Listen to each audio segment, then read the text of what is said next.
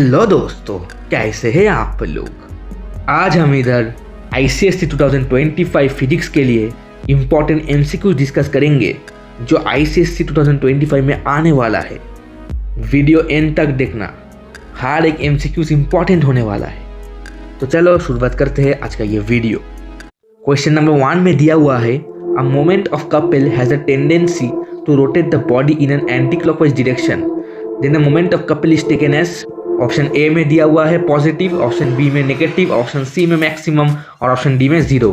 सो इसमें से आंसर हो जाएगा पॉजिटिव। क्यों पॉजिटिव होगा वो हम लोग अब देखेंगे।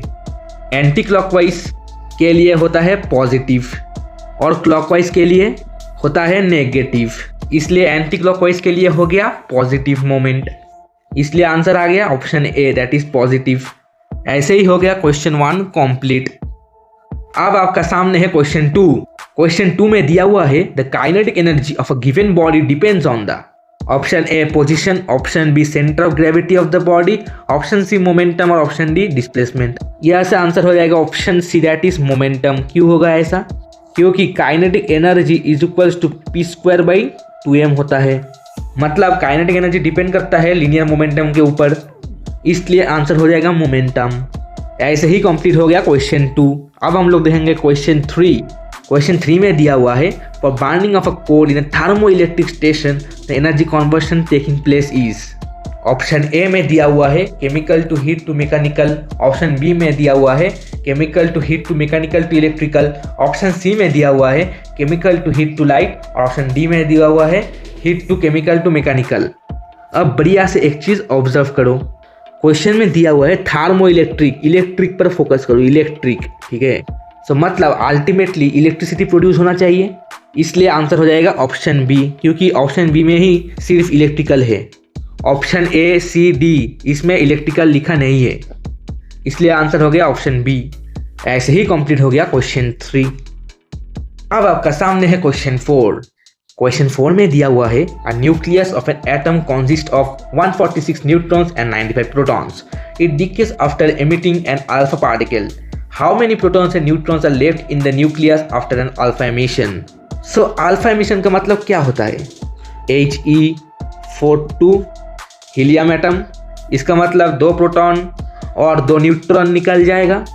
सो न्यूट्रॉन हो जाएगा 146 - 2 विच इज इक्वल टू 144 और प्रोटॉन हो जाएगा 95 - 2 इज इक्वल टू 93।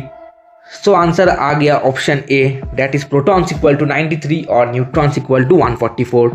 ऐसे ही हो गया क्वेश्चन 4 कंप्लीट। अब हम लोग देखेंगे क्वेश्चन 5 जो दिया हुआ है असर्शन और रीजन के ऊपर बेस करके। सो असर्शन में दिया हुआ है, infrared radiation travel long distances through dense fog and mist. ये तो बिल्कुल सही है, ट्रू। और रीजन में दिया हुआ है, infrared radiation undergoes minimal scattering in earth atmosphere. यह भी बिल्कुल ट्रू है। So assertion and reason both are true. So option A answer हो जाएगा। ऐसे ही हो गया क्वेश्चन 5 भी कंप्लीट। अब हम लोग देखेंगे question 6। For a convex lens the minimum distance between an object and it's real image in terms of focal length F of a given lens must be. मतलब हम लोगों को निकालना पड़ेगा minimum distance between object and a real image in terms of focal length, ठीक है। मतलब object को प्लेस करना पड़ेगा 2f1 में और रियल इमेज प्रोड्यूस हो जाएगा 2f2 में। सो टोटल मिनिमम डिस्टेंस क्या हो जाएगा? 2f + 2f which is equal to 4f। मतलब ऑब्जेक्ट डिस्टेंस 2f और इमेज डिस्टेंस भी 2f, ऐड करेंगे तो हो जाएगा 4f। सो आंसर हो जाएगा ऑप्शन डी, 4f। ऐसे ही हो गया क्वेश्चन 6 कंप्लीट। अब हम लोग देखेंगे क्वेश्चन 7। क्वेश्चन 7 में क्या दिया हुआ है, two sound waves x and y have same amplitude and same wave pattern but the frequencies are 60 Hz and 120 Hz respectively then। मतलब इधर एम्पलीट्यूड भी सेम है और वेव पैटर्न भी सेम है। मतलब इधर हो जाएगा shrillness is directly proportional to frequency। मतलब जिसका फ्रीक्वेंसी लोअर है उसका साउंड ग्रेव हो जाएगा और जिसका फ्रीक्वेंसी ज़्यादा है वो साउंड श्रीलर हो जाएगा, श्रीलर। सो आंसर हो जाएगा option B, that is x will be grave and y will be shriller. Question 7 भी हो गया कंप्लीट, बहुत बढ़िया। अब आपका सामने है क्वेश्चन 8।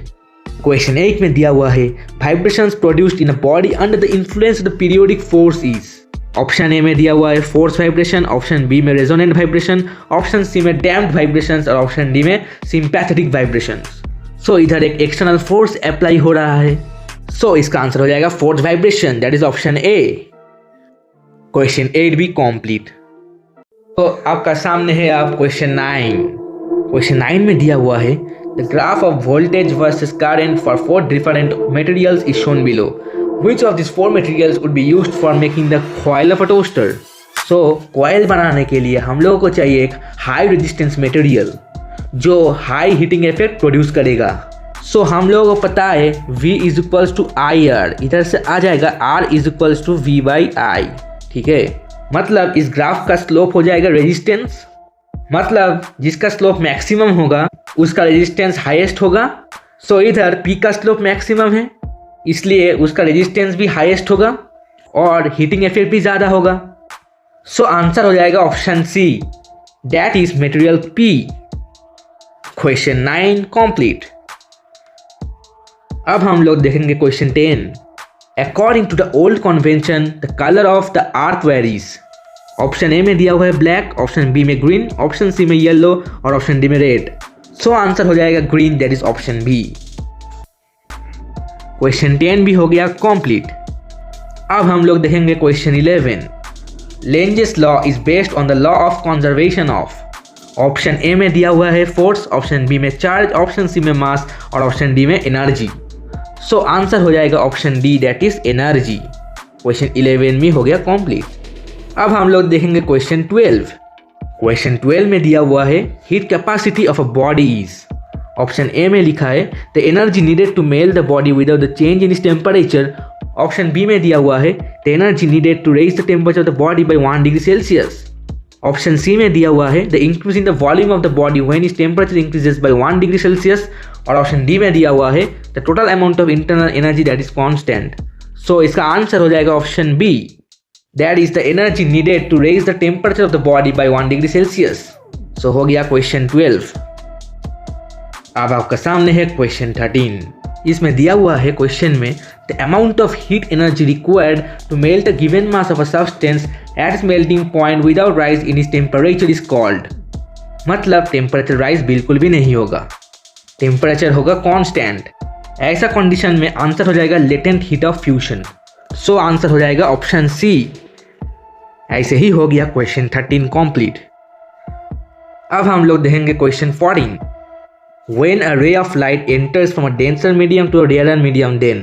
ऑप्शन ए में दिया हुआ है द लाइट रे बेंड टुवर्ड्स द नॉर्मल, ये तो नहीं होगा बिल्कुल, इसको क्रॉस कर दो। ऑप्शन बी में दिया हुआ है the speed of light increases, और यही होगा आंसर, ऑप्शन बी। क्वेश्चन 14 भी हो गया कंप्लीट। अब आपका सामने है क्वेश्चन 15।